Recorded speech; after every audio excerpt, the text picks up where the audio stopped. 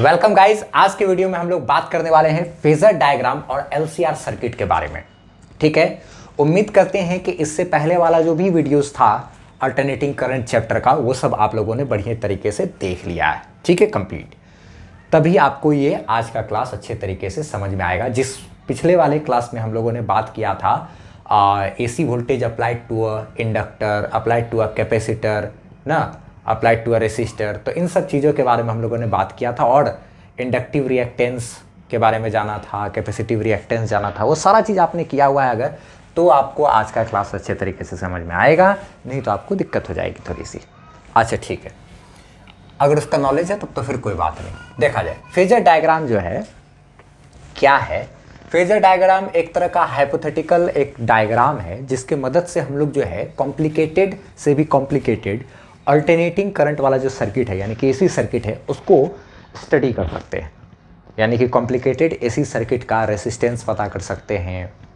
ठीक है, और क्या कहते हैं, वोल्टेज वगैरह पता कर सकते हैं, यानी कि ERMS पता कर सकते हैं, ये सारा चीज़। ठीक है, तो देखा जाए आखिर इस फेजर डायग्राम का यूज़ कैसे करते हैं। पहले फेजर डायग्राम के बारे में विस्तार से समझेंगे, फिर हम लोग LCR सर्किट को डिस्कस करेंगे और फिर वहाँ पे फेजर डायग्राम की मदद से उसको भी अच्छी तरीके से स्टडी कर लेंगे।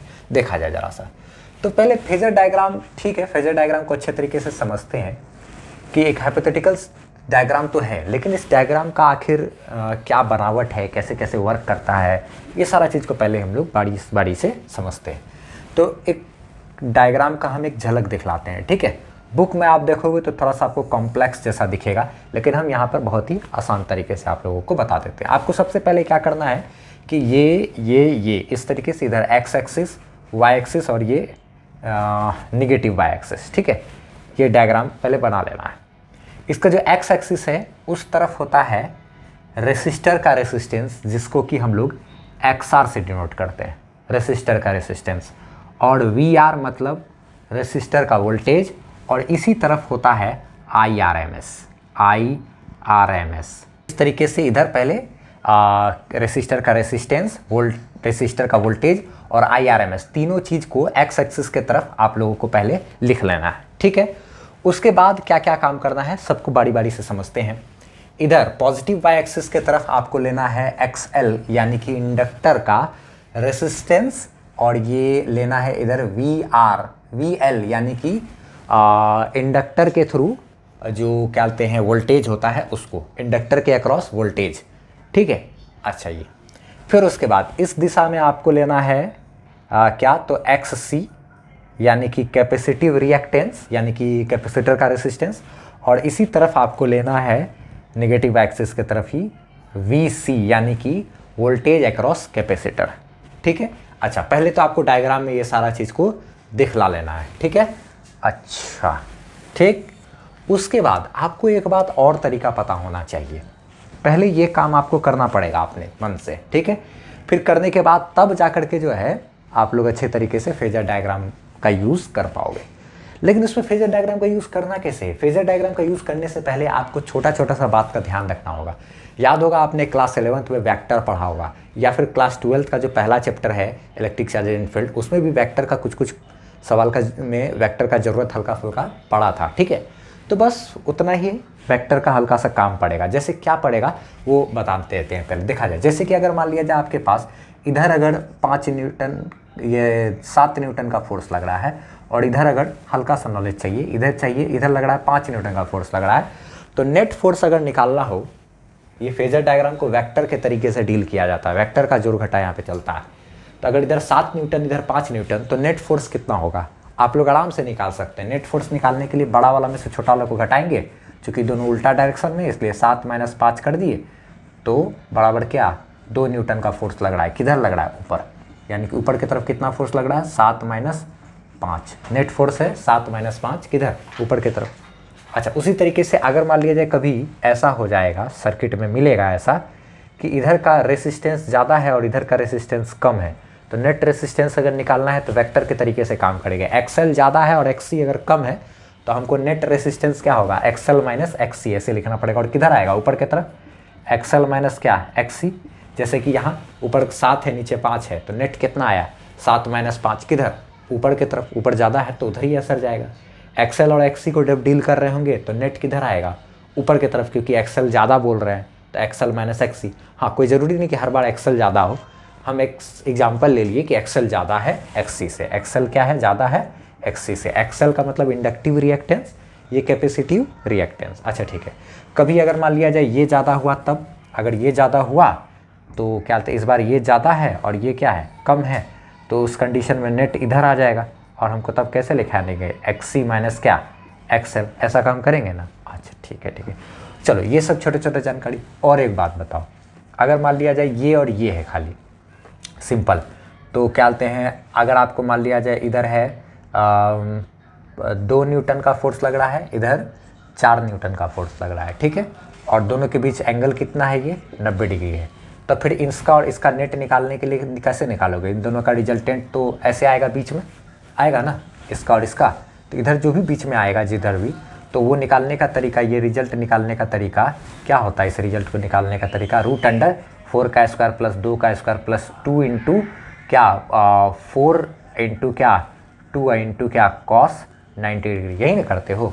अगर ये a है ये b है तो a square plus b square plus 2ab cos theta यानी कि कॉस 90, ऐसा करते हो कि नहीं करते हो, थोड़ा बहुत आपको रिकॉल कराते हुए काम कर रहे हैं। फिर क्या लिखोगे, 4 का स्क्वायर प्लस क्या 2 का स्क्वायर प्लस कॉस 90 होता है 0, तो ये सारा टर्म गुना होकर के 0 हो जाएगा, नहीं तो यानी कि सिर्फ क्या बचा, √4 का स्क्वायर प्लस 2 का स्क्वायर हुआ ना, तो यानी 4 और 2 है, दोनों के बीच 90 डिग्री एंगल है, तो इसका और इसका रिजल्ट अगर इधर जो आएगा तो वो क्या हो जाएगा, √4 का स्क्वायर प्लस क्या 2 का स्क्वायर। सेम उसी तरीके से अगर मान लिया जाए इधर XR है और इधर क्या है XL है, तो इसका और इसका रिजल्ट अगर निकालेंगे तो इधर आएगा, कितना आएगा रिजल्ट, XL का स्क्वायर प्लस क्या XR का स्क्वायर, करेंगे ना, जैसे √4 का स्क्वायर प्लस 2 का स्क्वायर, उसी तरह से √XL का स्क्वायर प्लस XR का स्क्वायर, सेम टू सेम है ना, याद करो जैसे वेक्टर में होता था, बस वही कहानी यहाँ पे हम लोग को अप्लाई करना है, ठीक है। हल्का फुल्का क्या बोलते हैं 11th का अगर गड़बड़ है तो भी इसलिए रिकॉल कराते हुए तब हम आगे बढ़ेंगे। अगर मान लिया जाए ऐसा कंडीशन होता, तब इधर XR है और इधर क्या है XC है, तब इन दोनों का रिजल्ट इधर आ जाएगा, जबकि अभी भी एंगल 90 डिग्री ही है, कुछ नहीं बोलना है यहाँ पर, ये एंगल कितना है 90 डिग्री, तब भी रिजल्ट जो ये आएगा वो कितना हो जाएगा, XR का स्क्वायर प्लस क्या XC का स्क्वायर रूट के अंदर, नहीं अगर ये 2 है ये 4 है तो √2 का स्क्वायर प्लस 4 का स्क्वायर, या 4 का स्क्वायर प्लस 2 का स्क्वायर, ठीक है। तो वही कहानी हम लोग को क्या करना है, यहाँ पर अभी अप्लाई करना है, ठीक है। तो हम एक काम करते हैं, इसको पहले मिटा देते हैं, ठीक है, और यहाँ पे लिख देते हैं कि किधर हमको क्या क्या चीज़ लेना है, तो लिखने का सही तरीका, ताकि आपका नोट्स भी अच्छे से बनते चले जाए, ठीक है। इसको मिटा रहे हैं, हाँ, तो देखा जाए क्या किए, बस इसी चीज़ को यहाँ पर लिख लिए अच्छे तरीके से, ताकि आपको नोट्स बनाने में सुविधा हो सके, ठीक है। अच्छा देखा जाए जरा से, यहाँ पे क्या किए, XR मतलब रेसिस्टेंस ऑफ रेसिस्टर, ये XR क्या है, रेसिस्टर का रेसिस्टेंस। अच्छा VR क्या है, वोल्टेज अक्रॉस रेसिस्टर, इस रेसिस्टर के अक्रॉस जो वोल्टेज होता है उसी को VR से डिनोट कर दिए। XL हो गया क्या, इंडक्टिव रिएक्टेंस यानी कि रेसिस्टेंस ऑफ इंडक्टर, और हम लोग पिछले लेक्चर में पढ़ चुके हैं AC voltage applied to an inductor में, वहाँ पे पढ़े थे कि जो इंडक्टिव रिएक्टेंस होता है यानी कि इंडक्टर के अक्रॉस जो रेसिस्टेंस होता है इसके अक्रॉस, वो कितना होता है, L ओमेगा होता है, पढ़ चुके थे। VL हो गया वोल्टेज अक्रॉस इंडक्टर, XC हो गया मेरा क्या, XC हो गया क्या कहते हैं रेसिस्टेंस अक्रॉस कैपेसिटर यानी कि कैपेसिटिव रिएक्टेंस, जिसका मान हम लोग पिछले लेक्चर्स वगैरह में पढ़ चुके हैं, क्या है 1/ωc होता है। अच्छा अब VC होता है वोल्टेज अक्रॉस कैपेसिटर यानी कैपेसिटर के अक्रॉस वोल्टेज, V = Q/C। अच्छा ठीक है। अच्छा एक बात ध्यान रखना, यही सब चीज़ लिख दिए हैं कि XR VR और IRMS इसको पॉजिटिव एक्स एक्सिस की तरफ लेना है, और XL और VL को हम लोग को पॉजिटिव वाई एक्सिस की तरफ लेना है, XC और VC को हम लोग को निगेटिव वाई एक्सिस की तरफ ले लेना है, ठीक है। एक छोटा सा बात और आप ध्यान में रखना, एक होता है इम्पीडेंस, ठीक है। इम्पीडेंस क्या होता है मालूम, इम्पीडेंस कहते हैं सर्किट का नेट रेसिस्टेंस को। जैसे मान लिया जाए किसी सर्किट में इंडक्टर लगा हुआ है, कैपेसिटर लगा हुआ है, रेसिस्टर भी लगा हुआ है, अब उस सर्किट का टोटल रेसिस्टेंस अगर निकालना है तो उसमें इंडक्टिव रिएक्टेंस भी है, कैपेसिटिव रिएक्टेंस भी है और रेसिस्टर का रेसिस्टेंस भी है, तो नेट रेसिस्टेंस जो होगा ना सर्किट का, उसका नाम हम लोग देंगे क्या, इम्पीडेंस।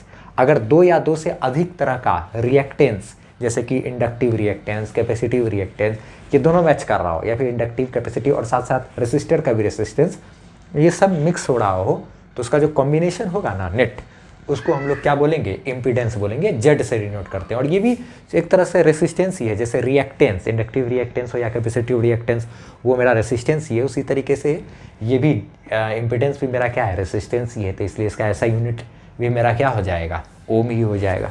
ठीक है, अब हम लोग क्या करते हैं कि डायग्राम तो बना दिया, लेकिन डायग्राम का यूज़ कैसे करेंगे, तो हम अभी आप लोगों को बताने वाले हैं। क्या बाबू, तो एक एलआर सर्किट पहले पढ़ेंगे, यानी कि ये इंडक्टर और रेसिस्टर लगा के, फिर सीआर सर्किट पढ़ेंगे, फिर एलसी सर्किट पढ़ेंगे, फिर एलसीआर सर्किट पे जाएंगे।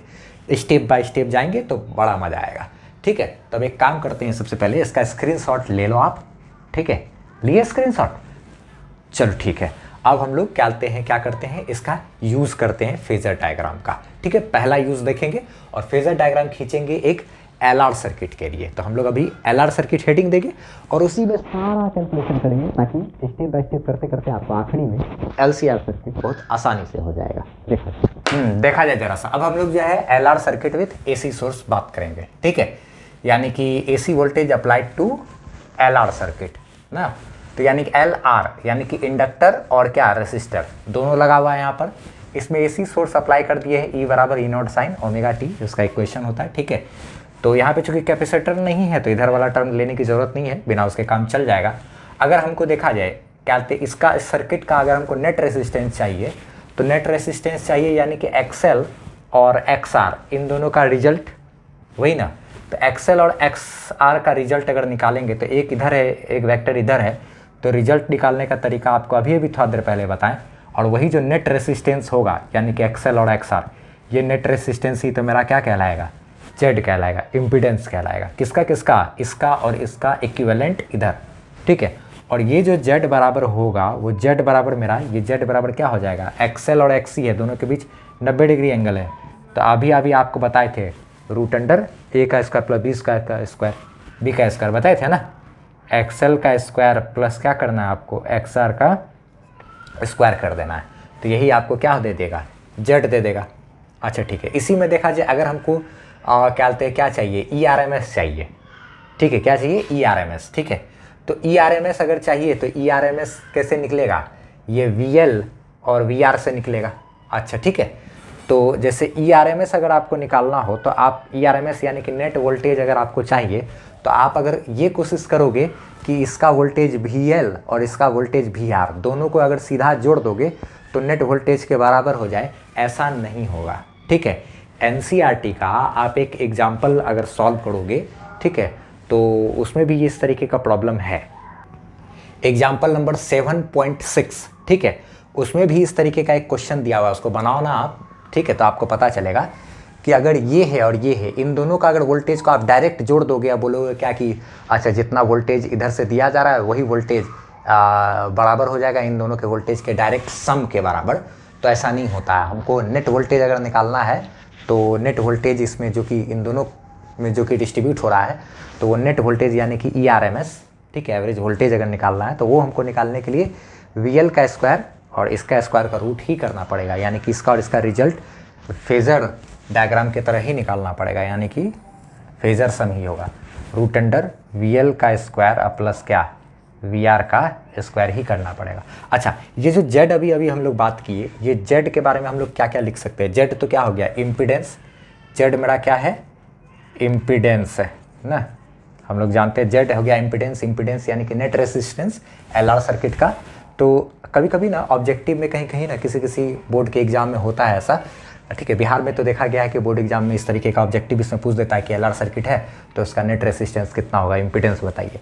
तो कहीं पर ये आपको काम दे सकता है। तो एक्सएल जो है इसका मान तो कितना होता है, L ओमेगा ना, तो इसका स्क्वायर प्लस रेसिस्टर का रेसिस्टेंस क्या होता है, R, तो इसका स्क्वायर कर देंगे, ये रूट ना। तो इस तरीके से भी हम लोग आंसर लिख सकते हैं, या चाहे तो अलग अलग बैठाना चाहे तो इस पर भी L square omega square plus क्या R स्क्वायर और ये रूट, इस तरीके से लिख सकते हैं।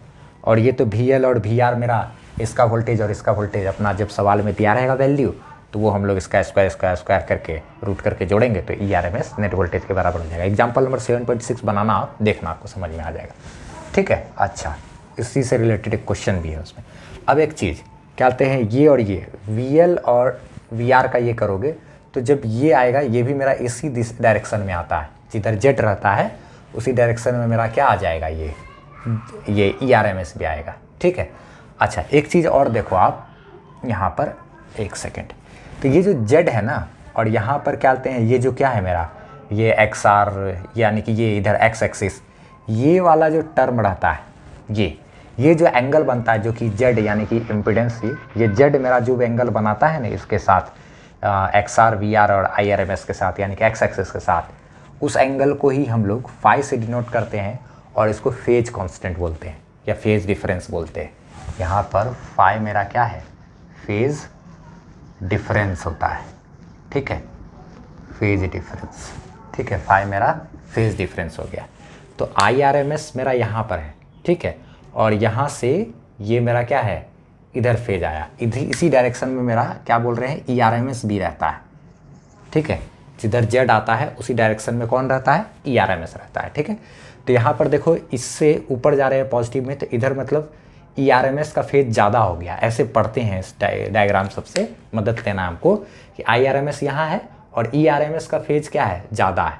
तो ERMS ज़्यादा है, या यूँ कहें कि ERMS इधर अगर कुछ भी है तो आगे है और इसके इधर कुछ भी है तो पीछे है, इसके आगे इसके पीछे का चीज़। तो IRMS से इधर हो गया आगे, तो आगे का मतलब हो गया कि IRMS जो है, IRMS से ERMS ज़्यादा। कितना ज़्यादा है भाई, कितना आगे चल रहा है, फाई आगे है। ठीक है, हम फेज का बात किए थे कि प्योरली इंडक्टिव कैपेसिटिव सर्किट वगैरह में कभी क्या कहते हैं, करंट आगे था तो कभी EMF आगे था, करंट पीछे था, ऐसा था ना। तो यहाँ पर अभी क्या बोलेंगे, यहाँ से ऊपर है ये, तो ERMS आगे है और करंट मेरा क्या है, पीछे है। तो करंट मेरा पीछे है, तो करंट के लिए क्या हम लोग इक्वेशन लिखेंगे, EMF का इक्वेशन तो है ही, लेकिन करंट का इक्वेशन क्या लिखेंगे, चूँकि ERMS से पीछे है करंट, तो उसके लिए इक्वेशन हम चाहे तो बना सकते हैं। क्या बना सकते हैं, I बराबर I0 sine omega T minus phi, ऐसा करके इक्वेशन बनेगा, क्योंकि ERMS से पीछे है, कौन पीछे है, करंट पीछे है। ठीक है, और I0 तो आप जानते हो, I0 बराबर क्या आप लिख सकते हो, I0 बराबर E0 यानी, या फिर V0 भी लोग बोलते हैं, अब बटे क्या, जेड, नेट करंट बटे, नेट करंट बराबर क्या, नेट वोल्टेज बटे नेट रेसिस्टेंस। इतना भी चाहो तो आप ऐसे करके इक्वेशन को लिख सकते हो। ठीक है, हेयर यहाँ पे क्या कहते हैं, लिख सकते हो कि करंट इज़ क्या, lagging behind, lagging behind the voltage by phase, कितना, फाइव फेज से ना, वोल्टेज से पीछे चल रहा है कौन, करंट। या फिर बोल सकते थे ऐसे भी कि ERMS यानी कि voltage is leading the current bye phase 5, voltage lead कर रहा है करंट को 5 फेज से, ऐसे भी बोला जा सकता है, एक ही बात है। ठीक है, अच्छा चाहते तो इसको और क्या लिख सकते हैं, ऐसे लिख सकते हैं, क्या लिख लिए, voltage is leading the current bye phase 5, ऐसे भी बोल सकते हैं। ठीक है, अच्छा यहाँ पर और क्या क्या चीज़ हम लोग को खास देखने वाली बात क्या है, यहाँ पर अगर हम लोगों से पूछा जाए पावर फैक्टर, ठीक है, तो पावर फैक्टर हम लोग यहाँ पर बता सकते हैं, क्या बता सकते हैं पावर फैक्टर, पावर फैक्टर यानी कि कॉस फाई हो गया क्या, पावर फैक्टर ना। तो कॉस फाई जो है उसका मान क्या होगा, यहाँ पे आप देखो तो ज़रा सा, ये अगर एक्सेल है तो एक्सेल को आप यहाँ पे लिख सकते हो ना, एज्यूम कर सकते हैं एक ट्रायंगल जैसा, नहीं ये इस तरीके से ट्रायंगल, सॉरी ये ट्रायंगल बना ना, ये हो गया फाई, ये हो गया जेड, इधर हो गया ये क्या, ये एक्सेल, इधर आ गया वेक्टर में थोड़ा बहुत आपने पढ़ा होगा अगर, तो ये इधर क्या है XR, एक ट्रायंगल जैसा बना। तो यहाँ पे अगर कॉस फाई चाहिए तो कॉस फाई बराबर क्या होगा, बेस बटे क्या, हाइपोटेनस यानी कि क्या, सॉरी XR बाय क्या, जेड हो जाएगा कि नहीं। तो यहाँ से पावर फैक्टर का फॉर्मूला आया क्या, XR बाय जेड। अच्छा ठीक है, पावर फैक्टर आप चाहते तो एक और तरीके से भी निकाल सकते थे, नहीं पावर फैक्टर तो क्या ठीक है, हाँ चाहते तो एक और रिलेशन यहाँ पे बना सकते हो एक्स्ट्रा, अगर आप चाहते तो एक रिलेशन बना सकते हो tan फाई का। ठीक है, tan फाई बराबर क्या होगा, परपेंडिकुलर बाय बेस, यानी कि परपेंडिकुलर बाय बेस यानी कि क्या, परपेंडिकुलर में हो गया एक्सेल बटे XR, एक्सेल बटे क्या XR ये चाहते तो आप लिख सकते हो ना। और ये एक्स आर बटे जेड यानी कि आर बटे क्या, सॉरी आर बटे क्या है, जेड है। अच्छा, टेन फाइव बराबर एक्सएल का मतलब कितना हो गया, एल ओमेगा बटे एक्स आर मतलब क्या, आर। अच्छा, अगर ये सारा चीज़ पता हो, ये पता हो, तो आप यहाँ से फाई आपको निकालने में मदद मिल सकता है। और एक बार फाई हाथ में आ गया तो कॉस फाई भी आप निकाल सकते हो अगर दिक्कत हो तो, या फिर आप चाहते तो ये भी फार्मूला लगा सकते हो। ये ठीक है, इसी में मेरा काम चल जाएगा, पावर फैक्टर डायरेक्ट हमको मिल जाएगा। ठीक है। अच्छा, एल ओमेगा पता ही है, आर पता ही है, तो जेड पता ही चल जाएगा। तो आर बाय जेड करेंगे तो हमारा क्या, कॉस फाई यानी कि पावर फैक्टर मिल जाए। ठीक है, इसका एक काम करो, स्क्रीनशॉट ले लो आप। लिए स्क्रीनशॉट। अच्छा, इसमें एक चीज़ और हम लोग चाहते तो ऐड कर सकते थे। क्या ऐड कर सकते थे, जैसे कि अगर मैक्सिमम करंट की बात करें तो मैक्सिमम करंट आई नॉट बराबर क्या है, ई नॉट बाय जेड, यानी कि ई नॉट बटे जेड के जगह पे आप चाहते तो जेड की जगह पे ये वाला टर्म को बैठा सकते हो ना, रूट अंडर एल या क्या, root under L square omega square plus क्या, आर स्क्वायर। चाहते तो आप मैक्सिमम करंट इतना बता सकते हो। ठीक है, फिर अब हम लोग क्या करते हैं, इसमें आगे बढ़ते हैं ना। इसका अगर ग्राफ भी खींच सकते हो चाहते तो, ये सारा चीज़, ये सब काम आप कर सकते हो।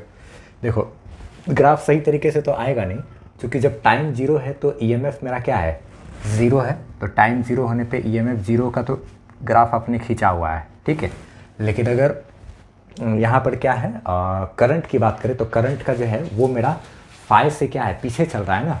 तो करंट पीछे चल रहा है तो इससे थोड़ा पीछे ही रहेगा करंट।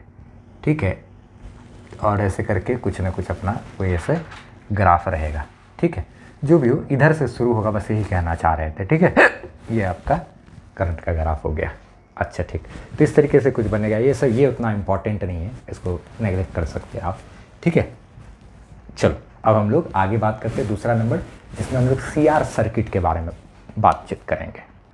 अब देखा जाए हम लोग बात करने वाले हैं क्या, सीआर सर्किट के बारे में। ठीक है, CR circuit with AC source, यानी कि सीआर कैपेसिटर और रेसिस्टर को एसी सोर्स के साथ कनेक्ट कर दिया है। ठीक है, तो यहाँ पर देखा जाए क्या होगा, जैसे कि इस बार निगेटिव बाई एक्सिस और एक्स एक्सिस रखे हैं, पॉजिटिव बाई एक्सिस को गैप कर दी क्योंकि इंडक्टर है नहीं यहाँ पर, तो क्या काम उसका। तो इसका फेजर डायग्राम अगर हम लोग खींचेंगे तो एक्सी और एक्सआर का रिजल्ट तो इधर कहीं बीच में आएगा। ठीक है, और यही मेरा क्या कहलाएगा, इम्पीडेंस। जेड बराबर रूट अंडर एक्स आर और एक्स सी, चूँकि 90 डिग्री एंगल पर है तो इसका रिजल्टेंट क्या हो जाएगा, रूट अंडर एक्स आर का स्क्वायर प्लस क्या, एक्स सी का स्क्वायर ना, या फिर एक्स सी का स्क्वायर प्लस क्या, एक्स आर का स्क्वायर, इसका स्क्वायर प्लस इसका स्क्वायर, ये इधर आएगा। और ये एंगल इसके साथ बनने वाला है, ये मेरा क्या कहलाएगा, फाई कहलाएगा। इधर ही मेरा ERMS भी होगा। ठीक है, और इस बार करंट आगे है और EMF पीछे है ना। ERMS अगर हमको निकालना होगा तो वो रूट अंडर VC का स्क्वायर प्लस क्या, VR का स्क्वायर करेंगे तब जा कर के आएगा। ठीक है, और उसके बाद यहाँ पे लिख सकते हैं एक बात कि हेयर क्या, current is leading the voltage bye क्या, फाई। यहाँ पे करंट जो है वो लीड कर रहा है वोल्टेज को कितना से, फाई से। तो यहाँ पे करंट का इक्वेशन बन जाएगा आई नॉट साइन ओमेगा टी अब प्लस क्या, फाई, क्योंकि ERMS से आगे है ना ये, इसीलिए इसका इक्वेशन बन जाएगा। ठीक है, यहाँ पे अगर हम लोग नाउ अगर बात करें फेज़ की, ये तो ये यहाँ पे फाई मेरा क्या है, फेज हो गया, फेज डिफरेंस कह सकते हो, डिफरेंस।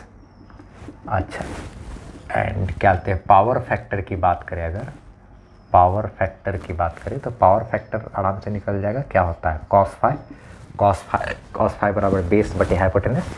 ये यहाँ पे जाएगा तो एक ट्रायंगल जैसा फॉर्म करेगा ना, ये मेरा एक ट्रायंगल जैसा। तो कॉस फाई बराबर क्या, बेस बटे क्या, हाइपोटेनस, यानी कि बेस बटे हाइपोटेनस यानी कि क्या, एक्स आर बटे क्या, जेड। अब हमेशा ध्यान रखो, पावर फैक्टर हमेशा एक्स आर बाई जेड होगा, हमेशा। ठीक है, अच्छा कोई सा भी सर्किट हो तो एक्स आर बाय जेड हो गया। इसी को लिख सकते हो आप आर बाय क्या जेड लिख सकते हो, नहीं आर बाय जेड लिख सकते हो, ये और ये हो गया। ठीक है, नेट ये भी निकाल सकते हैं। इसमें ये चीज़ पीछे चल रहा है, ग्राफ बार बार वो बोला था खींचने की ज़रूरत है नहीं हमको। ठीक है, इसका स्क्रीनशॉट ले लो पहले आप। अब हम लोग जो है ये हो गया हमारा। अब हम लोग एक बार बात करते हैं क्या, एलसी सर्किट। ठीक है, एलसी सर्किट में 3 केस भी है, उसको भी ज़रा सा हम लोग देख लेंगे। इसका स्क्रीनशॉट ले लिए ना। चलो अब देखा जाए हम लोग एलसी सर्किट को देखते हैं। देखा जाए ज़रा सा, ये एक एलसी सर्किट है। LC circuit with AC source, L यानी कि इंडक्टर और सी यानी कि क्या कैपेसिटर। इसमें 3 केस होता है। ठीक है, 3 केस के क्यों है वो समझ लिया जाए। तो पहला केस में मान लिया जाए कि जो एक्सएल और वीएल है वो दोनों बड़ा है, किससे, एक्सी और वीसी से, यानी कि इंडक्टर का रेसिस्टेंस और वोल्टेज कैपेसिटर के रेसिस्टेंस और वोल्टेज से क्या है, बड़ा है। ये बड़ा है और ये छोटा है, बाकी ये तो है ही नहीं। रेसिस्टर का रेसिस्टेंस और वोल्टेज तो है ही नहीं सर्किट में, तो ये तो यहाँ पर नहीं है। तो आई आर एम एस क्योंकि हमको इधर दिखाना था तो हम इधर आई आर एम एस तो दिखा दिए। ठीक है, अच्छा तो अब क्या आते हैं, क्या होगा, ये दोनों अब आपस में फरिया लेगा ना। तो एक्सएल बड़ा है और एक्सी छोटा है ना। एग्जाम्पल याद करो, इधर 7 इधर क्या था, 5 था, तो नेट क्या आया था 2, 7 - 5 करके 2 आया ऊपर की तरफ, है ना। बस वही काम अभी हम लोग यहाँ पे करेंगे नेट। तो इधर एक्सएल और एक्सी का रिजल्ट किधर आएगा, ऊपर की तरफ, और यही मेरा क्या हो जाएगा जेड, और यही बराबर क्या हो जाएगा एक्सएल माइनस एक्सी। जेड बराबर यहाँ पर क्या आ जाएगा, एक्सएल माइनस एक्ससी। एक्सएल का मतलब हो गया एल ओमेगा माइनस एक्ससी का मतलब 1/ओमेगा-c। ये नेट रेसिस्टेंस आया। कैसे, एक्सएल में से एक्ससी को घटा दिए। अगर हमको ERMS चाहिए तो ERMS कैसे निकलेगा, VL में से VC को घटाएंगे, VL में से क्या करेंगे, VC को घटाएंगे, तब ना नेट निकलेगा। इसका और इसका नेट निकालना था तो VL में से VC घटा दिए, हो गया सिंपल। अच्छा ठीक है, अब एक बात और, इसी में क्या होता है, यहाँ पर ये मेरा जो एंगल है यही तो मेरा क्या बनता है, फाई। तो यहाँ पर फाई बराबर कितना है, 90 डिग्री कह सकते हो, या फिर क्या कह सकते हो, π/2 ना। अच्छा, इसी में एक चीज़ देखो, अगर आपसे पावर फैक्टर पूछा जाए तो पावर फैक्टर क्या बोलोगे, पावर फैक्टर यानी कि क्या, cos फाई यानी कि cos π/2 यानी कि cos 90 डिग्री बराबर क्या हो गया, 0। अच्छा ठीक है, तो क्या कहते हैं, यहाँ पे टोटल का टोटल नेट रेसिस्टेंस और वोल्टेज किधर है, काम कर रहा है, इंडक्टर की तरफ। यानी कि बोल सकते हैं कि इंडक्टर की तरफ ही सारा चीज़ है, पूरा का पूरा झुकाव। 2 आया था, मान लो एक्सएल माइनस एक्सी आया किधर, ऊपर की तरफ ही, इसलिए बोलेंगे क्या कहते हैं, it works as, it is working as, it is working. क्यों वर्किंग, क्योंकि ये वाला कंडीशन है भाई, ये दोनों बड़ा है इसीलिए। It is working as purely capacitive circuit ना, प्योरली कैपेसिटिव सर्किट की तरह बिहेव कर रहा है। और यहाँ पे ERMS आगे है, यहाँ पे ERMS होगा ना, ERMS का फेज आगे है, करंट पीछे है। इधर आगे होता है और इसके इधर में पीछे वाला चीज़ हो गया ना। तो इसके आगे इधर जो भी है चीज़ है आगे है, तो ERMS आगे है और IRMS मेरा पीछे हो गया। देयरफॉर यहाँ पे हम लोग करंट का इक्वेशन लिख सकते हैं, आई नॉट, क्या लिख सकते हैं, आई बराबर I naught sine omega T minus क्या, π/2 यानी कि 90 डिग्री ना, इंडक्टर का इस तरीके से है कि नहीं। तो यहाँ पे हम लोग क्या बोलते हैं, एक बात समझ गए कि हेयर कौन लीड कर रहा है, वोल्टेज ना, voltage is leading the current by π/2। π/2 से वोल्टेज आगे चल रहा है, ये ज़्यादा है ना, कितना से 5। यही 5 जो है मेरा क्या है, π/2। ठीक है, ये 5 का मान कितना है, π/2 है। अब हम लोग इसका केस नंबर 2 देखते हैं। ठीक है, केस नंबर 2 में क्या सिचुएशन होगा मालूम। इस बार जो है हम लोग क्या करते हैं, ज़रा सा XC और VC को बड़ा कर देते हैं। यानी कि जो XC है और VC है उसको बड़ा करते हैं। XC को बड़ा करते हैं किससे, XL से, और क्या कहते हैं जो VC है इसको बड़ा कर देते हैं क्या चीज़ से, VL से। ठीक है, यानी कि इससे बड़ा इधर वाला कंडीशन है। तब क्या होगा सिचुएशन, अब क्या बोलते हैं, अगर बात करेंगे तब भी IRMS जो है, IRMS मेरा तो इधर ही है, और इधर मेरा चूँकि XL और VL है, और इधर मेरा क्या है XC और VC है, इस बार इधर वाला बढ़ा है, तो यानी कि इधर है 7 और इधर है 5, तो नेट कितना आएगा 7 - 5 2, और वो होगा किधर नीचे की तरफ। अच्छा ठीक है, तो ये जब इधर आएगा तो इस डायरेक्शन में आएगा और इधर ही मेरा क्या हो जाएगा Z, रिजल्ट इधर आएगा और ये मेरा क्या बनेगा फाई, और इधर जो नेट आएगा यही इसी को Z बोलते हैं ना, और ये Z मेरा क्या होगा XC माइनस क्या XL। इस बार Z बराबर क्या हो जाएगा XC माइनस XL, तो XC में से XL यानी कि 1/ωc में से घटाना है L ओमेगा ना, ये मेरा क्या बन जाएगा Z बन जाएगा। ठीक है, और इसी सिचुएशन में अगर हमको ERMS चाहिए तो ERMS क्या हो जाएगा, VC में से इस बार VL घटाएंगे क्योंकि VC भी इस बार बड़ा है, बड़ा में छोटा घटाना है, VC माइनस क्या करेंगे VL करेंगे, तो ये आ जाएगा। ठीक है, अच्छा यहाँ पर देखो तो आप करंट से पीछे है इस बार क्या वोल्टेज, इधर चिन्नेट जो है उधर ही क्या रहता है मेरा ERMS। ठीक है, तो यहाँ पर लिख सकते हैं कि वोल्टेज इज लेगिंग बिहाइंड, या इस बार करंट आगे है ना, ऐसे लिख सकते हैं कि current is leading the voltage क्या कहते हैं बाय फेज कितना फाई बराबर π/2। इस बार भी फेज फाई मेरा कितना है 90 डिग्री, यानी कि कितना π/2 ही तो है, इस बार भी फेज इतना ही है। देयरफॉर क्या कहते हैं पावर फैक्टर की बात करें अगर, तो यहाँ पर पावर फैक्टर यानी कि cos फाई यानी कि cos π/2 बराबर कितना 0 ही हो जाएगा। π/2 का मान तो π/2 यानी कि cos 90 का मान होता है कितना 0 ना। अच्छा ठीक है, यहाँ पर सारा का सारा जो रिजल्ट आया वो कैपेसिटर की तरफ आया ना, इसलिए बोलेंगे कि इट इज़ क्या है इस वाले सर्किट के बारे में, इट इज़ वर्किंग एज क्या purely capacitive circuit, purely capacitive circuit की तरफ बिहेव कर रहा है, पूरा का पूरा इधर ही है। ठीक है, अच्छा तो पावर फैक्टर तो यहाँ पे 0 हो गया। ठीक है, इसी में एक सिचुएशन और है, तीसरा सिचुएशन। ठीक है, एक केस नंबर क्या कहते हैं 3 भी है जो कि पॉपुलर केस है, जो कि रिजोनेंस का कंडीशन जाना जाता है। इसके बारे में हम लोग आगे और विस्तार से बात करेंगे, अभी हल्का सा झलक देखेंगे। XL बराबर XC यानी कि VL बराबर अगर क्या हो जाए VC हो जाए, ऐसे कंडीशन में अगर क्या कहते इधर तो मेरा IRMS है, XR या VR तो है नहीं, इधर का मेरा क्या है XL और XC, इधर का XL और क्या है VL है, इधर XL और VL और इधर XC और VC है। ठीक है, इस बार इधर और इधर बराबर हो गया, तो ऊपर का और नीचे का तो कैंसिल आउट हो गया, तो XL और XC अगर बराबर है तो कैंसिल आउट हो गया ना, ऊपर नीचे, जैसे ऊपर 5 या नीचे भी 5 तो कैंसिल आउट, ऊपर 7 नीचे 7 तो कैंसिल आउट, ऊपर VL नीचे VC दोनों बराबर है चूँकि, तो VL माइनस VC क्या हो गया ख़त्म हो गया। तो ये यहाँ पर क्या कहते हैं अगर Z की बात करें तो XL और XC दोनों चूँकि उल्टा डायरेक्शन में दोनों को घटाएंगे, XL माइनस क्या करेंगे XC करेंगे, दोनों को घटाएंगे, और दोनों चूँकि बराबर है तो क्या होगा घट करके दोनों क्या हो जाएगा, ये मेरा क्या आ जाएगा 0 आ जाएगा, डायरेक्ट लिख दिए ना। अच्छा उसके बाद क्या कहते हैं ERMS की बात करें अगर, तो ERMS भी VL में से VC घटाएंगे, और VL और VC दोनों चूँकि बराबर है इसलिए ये भी क्या आ जाएगा 0 हो जाएगा ना। अच्छा यहाँ पर अगर बात करें तो पावर फैक्टर सब चीज़ कुछ होगा नहीं ना उधर ना इधर, बस यही।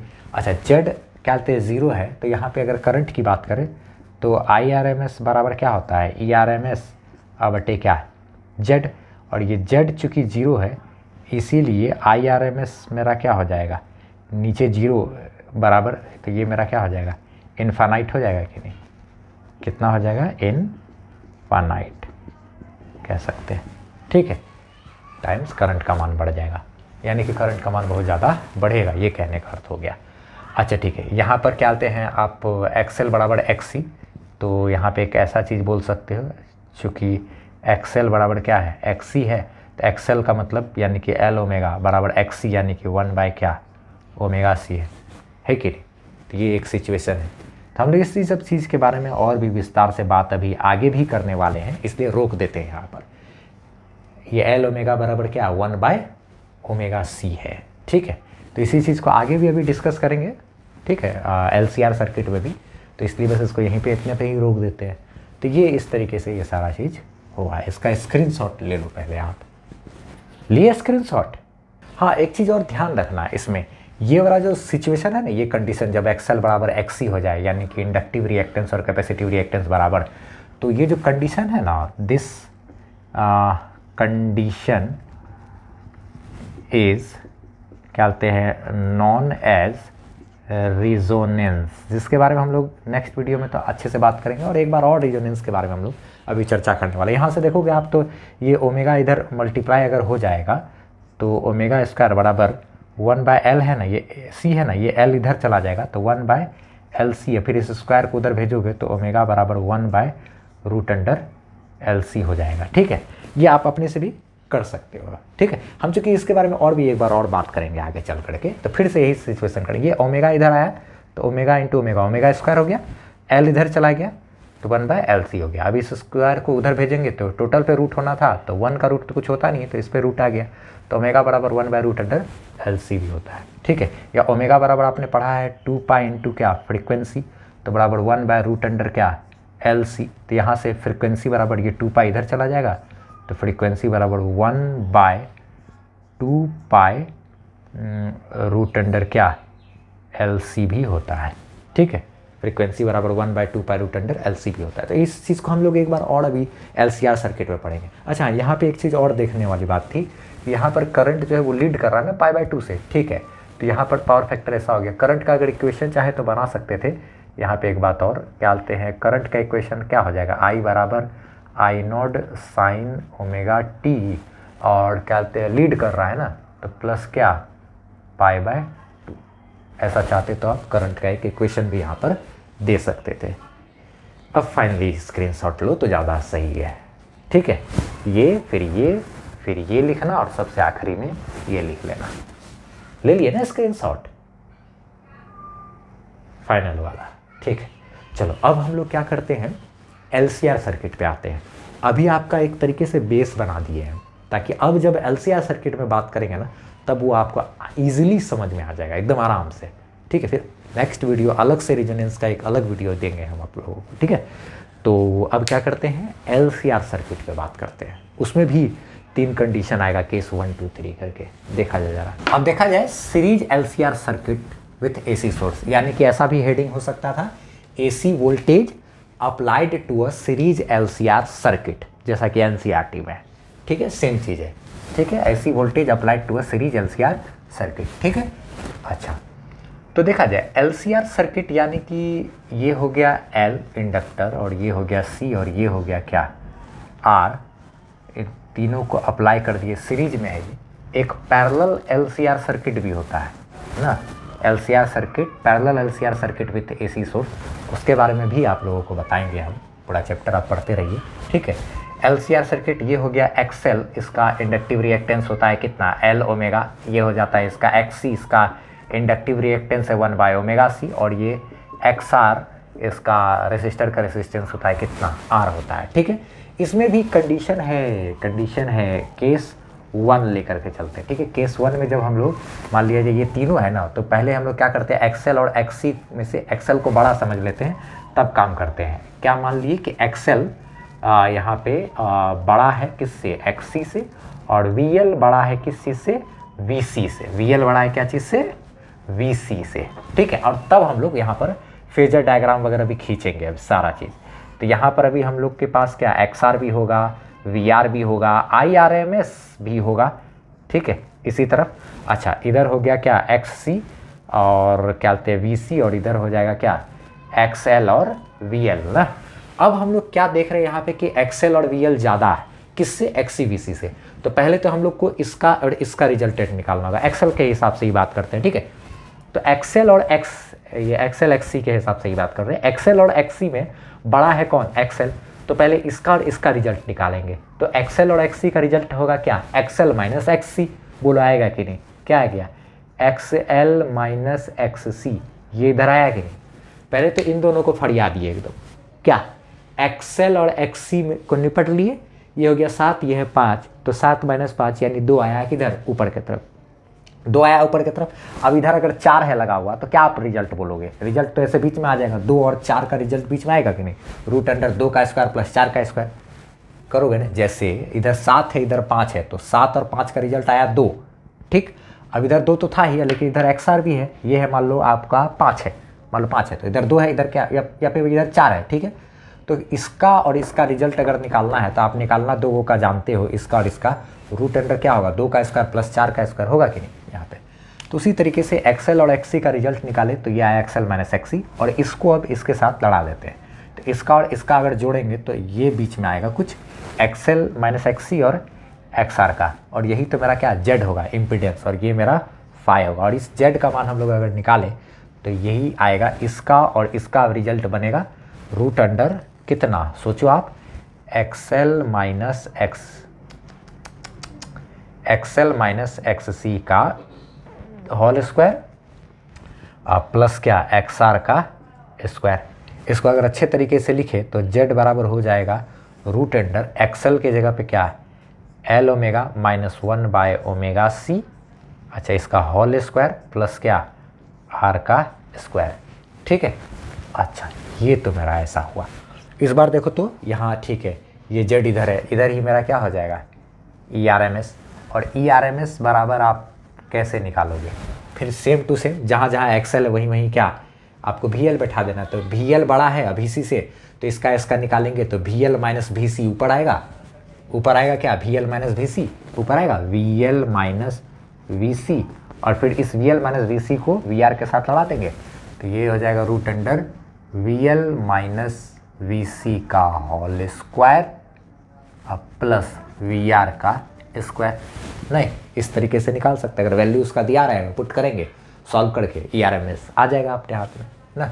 अच्छा ठीक है, तो यहाँ पे क्या करते हैं, एक बात और देखा जाए, यहाँ पे कौन आगे चल रहा है, देखो तो आप यहाँ पे ये आगे है ERMS ना, यानी कि वोल्टेज आगे चल रहा है ना, voltage is leading the current, यहाँ पे वोल्टेज लीड कर रहा है किसको, करंट को, और करंट क्या है मेरा पीछे है, तो करंट चूँकि पीछे है तो उसके लिए इक्वेशन हम लोग लिख सकते हैं I बराबर I0 sin ωt माइनस क्या phi, हेयर phi मेरा क्या है फेज डिफरेंस है, डिफरेंस किसके किसके बीच का फेज डिफरेंस, EMF यहाँ पे अप्लाई कितना किया, E बराबर E0 sin ωt, EMF का ωt और इसका क्या है ωt - phi, तो ये पीछे है इसका फेज।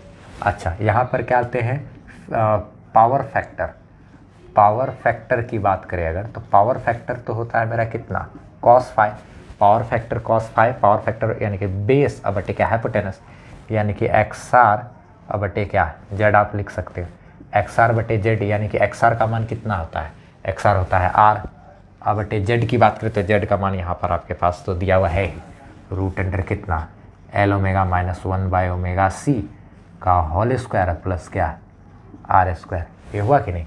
चाहते तो आप ऐसे भी लिख सकते थे cos phi बराबर क्या VR बटे ERMS, VR बटे क्या ERMS, जब इधर वोल्टेज लिए तो इधर भी वोल्टेज ले लेंगे ना। अच्छा चाहते तो एक आध लोग ऐसा भी रिलेशन कभी कभी यूज़ करते हैं tan phi, तो tan phi बराबर चाहेंगे तो इधर का टर्म को यहाँ पे आप लिखते हैं अगर, तो इधर ये XL - XC को यहाँ लेके आ गए, अगर XL - XC को यहाँ लेके आ गए तो tan phi बराबर परपेंडिकुलर बटे बेस, इस वाले को शिफ्ट करके यहाँ पैरेलली लेकर के आ गए तो XL - XC यहाँ आ गया अगर, तो परपेंडिकुलर बटे बेस, tan थीटा बराबर क्या परपेंडिकुलर बटे बेस, तो यहाँ पे लोग x से भी लिखते हैं XL - XC या बटे क्या XR, ऐसे भी लिखे अगर कभी तो कंफ्यूज मत करना। उसी तरीके से क्या हो जाएगा VL - VC या बाय क्या VR, VL - VC या बाय क्या VR, ऐसे करके डायरेक्ट भी लोग लिखा जा सकता है, लेकिन ये ज़्यादातर यूज होता है, इसी पे अपना काम हो जाएगा हमारा, ठीक है। तो ये इस तरीके से सारा चीज़ हो गया, ठीक है। इसका पहले आप स्क्रीनशॉट ले लो, लिए स्क्रीनशॉट। हाँ एक चीज़ और ध्यान रखना, ये जो I0 यहाँ पर जो लिखा हुआ है ना, क्या बोलते हैं यहाँ पे I0 बराबर क्या होता है E0 बटे Z, Z का मान तो जान ही रहे हो क्या है, वो वहाँ पे डाला जा सकता है, और क्या कहते हैं अगर IRMS पूछेगा तो IRMS बराबर ERMS बटे क्या Z।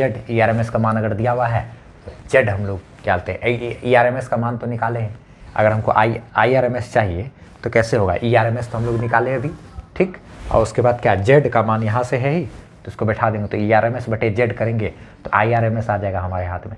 अगर IRMS हमारे हाथ में आ गया तो IRMS अगर हाथ में आ गया तो हम लोग चाहते तो क्या IRMS से I0 भी पता कर सकते हैं, चूँकि IRMS बराबर क्या होता है I0 बाय √2 क्या कहते हैं बाय √2, इसीलिए I0 बराबर क्या IRMS इंटू क्या √2। जब एक बार I0 हाथ में आ गया तो Z तो हमको निकाला हुआ ही है, तो हम लोग फिर A0 भी यहाँ से निकाल सकते हैं, है कि नहीं। ऐसे घूम फिर सकते हो इधर से उधर, इधर से उधर। चलो ठीक है, अब हम लोग केस 2 पे बात करते हैं, जिसमें हम लोग इस बार क्या करेंगे, इस दोनों को बड़ा करते हैं, XC और VC को बड़ा करते हैं, ठीक है, और तब देखते हैं क्या होता है। अब देखा जाए दूसरा वाले केस में क्या है, इस बार XC और VC को बड़ा कर दिए हैं XL VL से, ठीक है, VL से, XL VL से, ठीक है। तो इस बार इधर का बड़ा है तो रिजल्ट मेरा क्या इधर आएगा। अब पहले XC और XL का जब रिजल्ट निकालेंगे तो ये रिजल्ट पहले XL में से XC घटाएंगे, इस बार इधर आएगा नेट, है कि नहीं। तो इधर मेरा क्या कहते हैं आया, इधर आया क्या XC माइनस क्या XL, इधर 7 है इधर 5 है, तो क्या करेंगे 7 माइनस 5 करेंगे तो 2 इधर आएगा, वही 7 माइनस 5 इधर आया। अच्छा ठीक है, उसके बाद फिर क्या है, अब इसका और XR का रिजल्ट किधर आएगा, इधर बीच में आएगा, और यही मेरा क्या कहलाएगा Z कहलाएगा, और ये मेरा फाई होगा कि नहीं। तो Z बराबर क्या आ जाएगा √अंडर इसका और इसका करेंगे ना, XC माइनस XL का क्या करेंगे whole square plus XC minus XL, और ये क्या है XR है, इसका क्या करेंगे स्क्वायर करेंगे। तो इसको ज़रा सा अगर लिखा जाए तो Z बराबर क्या लिख सकते हैं, √अंडर XC की जगह पे 1/ωc माइनस XL के जगह, इसके जगह पे क्या L ω, इसका टोटल का क्या हो गया होल स्क्वायर प्लस XR के जगह पे क्या R का स्क्वायर होगा कि नहीं। ये मेरा ω/ωc है, 1/XC की जगह 1/ωc माइनस XL की जगह पे L ω, इसका होल स्क्वायर और प्लस क्या XR की जगह R का स्क्वायर, ठीक है। अच्छा तो ये मेरा Z आ गया, ठीक। उसी तरीके से अगर क्या कहते हैं ERMS चाहिए तो ERMS बराबर क्या, जहाँ XL XC है वहाँ पे क्या VL VC, और जहाँ XR की जगह क्या VR कर देना है। तो VC बड़ा है इस बार, VL छोटा है, तो नेट कैसे निकलेगा VC माइनस VL कर देंगे ना।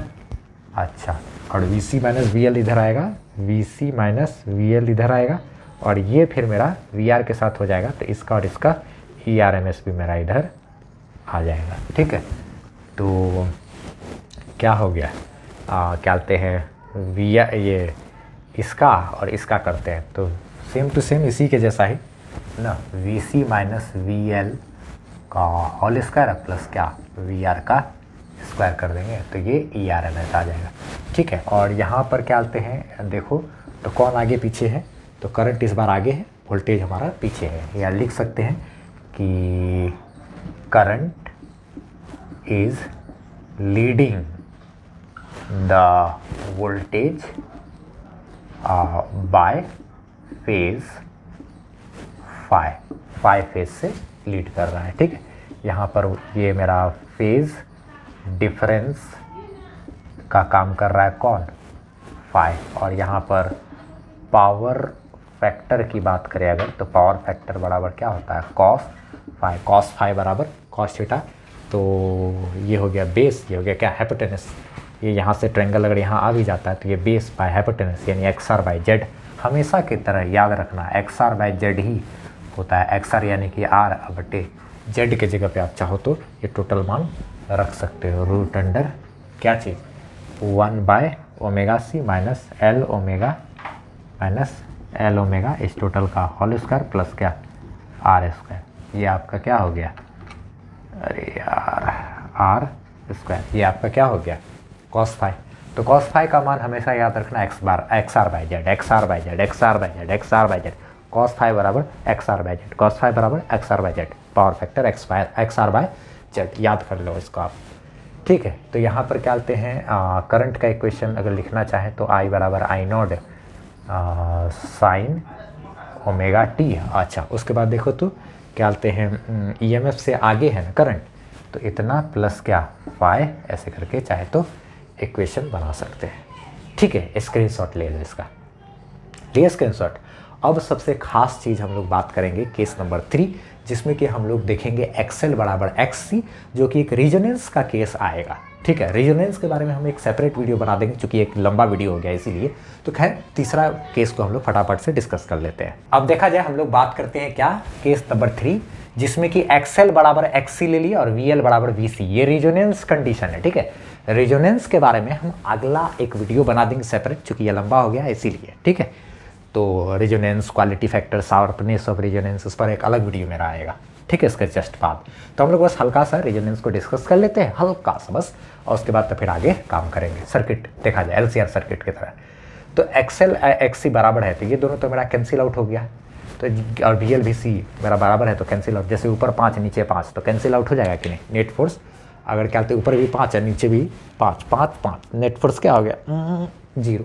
उसी तरीके से बस ये और ये मेरा कैंसिल आउट, सिर्फ रिजल्टेंट किधर आएगा, इधर की तरफ, तो हमारा इधर ही कौन आ जाएगा, जेड आ जाएगा। ठीक है, और ईआरएमएस भी इधर ही रह गया, यानी कि इसके जब दोनों इधर ही है तो एंगल मेरा क्या हो गया 0, यानी कि फाई बराबर यहाँ पर क्या हो गया 0। तो यहाँ पे इसलिए एक बात ध्यान रख सकते हैं आप, जेड बराबर क्या लिख सकते हैं एक्स आर बराबर क्या आर, यानी कि जेड यानी कि इम्पिडेंस ये किसके बराबर आएगा, सिर्फ एक्स आर के बराबर, यानी कि आर। तो जेड बराबर क्या आया आर, यानी कि सर्किट में जो इम्पिडेंस होगा वो रेसिस्टर के रेसिस्टेंस के बराबर का होगा। इस बार मिनिमम इम्पिडेंस का कंडीशन है ये। ठीक है, अच्छा, और क्या कहते हैं और एक चीज़ ईआरएमएस बराबर क्या आ गया वीआर, यानी कि वोल्टेज रेसिस्टर के अक्रॉस जितना वोल्टेज है वही मेरा क्या हो जाएगा ईआरएमएस हो जाएगा। ठीक है, अच्छा, एक चीज़ देखा जाए क्या कहते हैं इन दिस केस क्या है मेरा इम्पीडेंस इज मिनिमम। ठीक है, and therefore and current is maximum. जब क्या कहते हैं इम्पीडेंस कम हो गया तो करंट तो ऑलरेडी मैक्सिमम होगा ही ना, क्योंकि होता है ना फार्मूला आई बराबर क्या आई नॉट बराबर क्या लिख सकते हैं ई नॉट बटे जेड लिख सकते हैं ना। जब ये कम हो गया तो ये मेरा क्या हो जाएगा ज़्यादा हो जाएगा करंट ऑलरेडी। अच्छा ठीक है, ये मेरा रेजोनेंस का कंडीशन कहलाता है। ठीक है, रेजोनेंस कंडीशन के बारे में आगे अगले वीडियो में हम लोग बात करेंगे। यहाँ पर देखा जाए तो यानी कि सारा का सारा रेसिस्टर की तरफ आ गया ये, तो इसका मतलब क्या कहते हैं ईएमएफ किसके बराबर, रेसिस्टर के बराबर, रेसिस्टेंस किसके बराबर, रेसिस्टर के रेसिस्टेंस के बराबर, और ये जो ईएमएफ है ये वोल्टेज अक्रॉस रेसिस्टर के बराबर ही हो गया। तो यानी कि कह सकते हैं कि in this case circuit behaves as क्या, behaves as a purely resistive circuit ना। क्या हो रहा है कि जो सर्किट है in this case circuit behaves as क्या, as a purely resistive circuit, purely resistive circuit की तरह काम कर रहा है, पूरे का पूरा क्या रेसिस्टिव सर्किट की तरह, यानी कि रेसिस्टर की तरह काम कर रहा है। ठीक है, अच्छा, इसी कंडीशन में हम लोग यहाँ पर एक आध बात और यहाँ पर सोच सकते हैं। क्या सोच सकते हैं, चूँकि एक्सएल बराबर एक्सी है ना, एक्सएल बराबर क्या है एक्सी है, थोड़ा देर पहले भी डिस्कस किए। तो एक्सएल बराबर क्या होता है एल ओमेगा, और एक्सी बराबर 1/ओमेगा/सी। थोड़ा देर पहले आपको बताए ही थे हम अभी ना एलसी के तीसरे केस में कि अगर क्या होता है यहाँ से एल है ओमेगा है, इधर अगर ओमेगा को लेके आ गए तो 1/c एक काम है, ओमेगा ओमेगा हो गया ओमेगा स्क्वायर बराबर क्या, एल इधर लेके चले जाए तो 1/LC, तो ओमेगा बराबर स्क्वायर है उधर चला जाएगा तो रूट अंडर क्या 1/LC, तो ओमेगा बराबर 1/√LC ऐसा लिख सकते हैं। अच्छा, उसके बाद देखा जाए तो ये ऐसा हो गया, यही मेरा ओमेगा बराबर 1 क्या है √LC। तो जब भी ओमेगा का मान क्या बोलते हैं 1/√LC हो तो तुरंत हम समझ जाएंगे कि रिजोनेंस हो रहा है। इसीलिए क्या करते हैं ना, इस वाले ओमेगा को एक स्पेशल सिंबल दे देते हैं। ठीक है, क्या करते हैं स्पेशल क्या बोलते हैं सिंबल हम दे देते हैं। ताकि आप समझ जाओ कि अच्छा ठीक है, जब ओमेगा देखो ऐसा समझ जाओ, अच्छा रेजोनेंस वाला है ओमेगा। ओमेगा नॉट से डिनोट कर देते हैं, इस ओमेगा को ओमेगा नॉट से डिनोट कर देते हैं, बराबर 1/√अंडर क्या LC। जब भी हम बोले क्या कि ओमेगा का मान जो है वो ओमेगा नॉट है, तो तुरंत आप समझ जाना अच्छा ओमेगा नॉट है मतलब क्या है, वो ऐसा ओमेगा का वह वैल्यू है जिसके लिए रेजोनेंस हो रहा है, यानी कि वो बराबर है किसके 1/√अंडर LC के। ये आप यहाँ से समझ सकते हो, ठीक है। अच्छा, एक चीज़ और नोटिस करने वाला चीज़, यहाँ पे चाहते तो ग्राफ वगैरह भी हम लोग थोड़ा बहुत खींच सकते हैं। ऐसे रेजोनेंस का एक सेपरेट वीडियो हम बनाएंगे, इसके बाद आपको मिल जाएगा वो, तो उसमें हम और अच्छे तरीके से डिस्कस कर देंगे सारा चीज़, ठीक है। जैसे करंट का अगर ओमेगा के साथ, इसको ना एंगुलर फ्रिक्वेंसी भी बोला जाता है, इस ओमेगा को एंगुलर फ्रिक्वेंसी बोल सकते हैं। इसको रेजोनेंट ऐसे भी बोला जा सकता है, रेजोनेंट एंगुलर फ्रीक्वेंसी ऐसे भी बोला जा सकता है। या फिर अगर रेजोनेंट फ्रीक्वेंसी अगर पूछे ना कि सवाल में कि रेजोनेंट फ्रीक्वेंसी क्या है, ठीक है, तो आप देखो ओमेगा नॉट है तो ओमेगा बराबर होता है 2 पाई इंटू फ्रीक्वेंसी, तो 2 पाई इंटू फ्रीक्वेंसी, फ्रीक्वेंसी में भी एफ नॉट लगती है, मतलब रेजोनेंट के टाइम का फ्रीक्वेंसी, रेजोनेंस के टाइम का फ्रीक्वेंसी 1/√अंडर LC। तो यहाँ से रेजोनेंट फ्रीक्वेंसी अगर ये रेजोनेंट एंगुलर फ्रीक्वेंसी और इसको बोलेंगे रेजोनेंट फ्रीक्वेंसी, 2 पाई इधर चला जाएगा तो 2 पाई उधर जाएगा 2 पाई √अंडर क्या LC, तो एफ नॉट बराबर क्या 1/2 पाई √अंडर LC, ऐसे करके भी लिख सकते हैं, ठीक है ना। एफ नॉट बराबर क्या 1/2 पाई √अंडर LC, या सिंपली फ्रीक्वेंसी का फार्मूला क्या डालते हैं, एफ बराबर 1/2 पाई √अंडर LC भी ऐसे बोल सकते हैं ना। लेकिन ये फ्रीक्वेंसी जो है रेजोनेंट फ्रीक्वेंसी है, इसलिए इसको एफ नॉट से डिनोट कर दिए। और ऐसे लिखा हुआ तो ओमेगा नॉट को एंगुलर फ्रीक्वेंसी भी बोला जा सकता है, ओमेगा इसको एंगुलर फ्रीक्वेंसी भी बोला जा सकता है, एंगुलर वेलोसिटी भी है और एंगुलर फ्रीक्वेंसी भी इसको बोला जा सकता है, ठीक है। तो ओमेगा का मान जब ओमेगा नॉट के बराबर होगा तब उस वक्त रेजोनेंस होगा और सर्किट में इम्पीडेंस कम और करंट मैक्सिमम होगा। बाद बाकी ओमेगा का मान चाहे कोई सा भी हो जाए, करंट का मान कम ही रहेगा सर्किट में। इसलिए करंट का जो मान है ना सर्किट में, सबसे ज़्यादा करंट का मान तब होगा जब क्या हो, ओमेगा का मान किसके बराबर हो जाए, ओमेगा नॉट के बराबर, तब उस समय सर्किट में करंट सबसे ज़्यादा रहेगा, ठीक है। ये जो रेजोनेंट है ना, आपने रेजोनेंट जो है एक इंस्टीट्यूट का भी, रेजोनेंस जो है उसका इंस्टीट्यूट का भी नाम सुना होगा शायद, उसका भी एक सिंबल इसी तरीके का होता है, ठीक है। तो वो इसी ग्राफ के आधार पर बनाया गया है, करंट का मान मैक्सिमम करते हुए, ठीक है, इम्पीडेंस कम करंट ज़्यादा, ऐसा ऐसा। ले लो खैर स्क्रीनशॉट इसका, लिए स्क्रीनशॉट, तो ध्यान में रखना है रेजोनेंट फ्रीक्वेंसी बराबर 1/2 पाई √अंडर LC। एंगुलर फ्रीक्वेंसी अगर बोलेगा रेजोनेंस कंडीशन में तो ओमेगा बराबर 1/√अंडर LC होता है। तो ये सब चीज़ को आपको ध्यान में रखना है थोड़ा बहुत, ठीक है।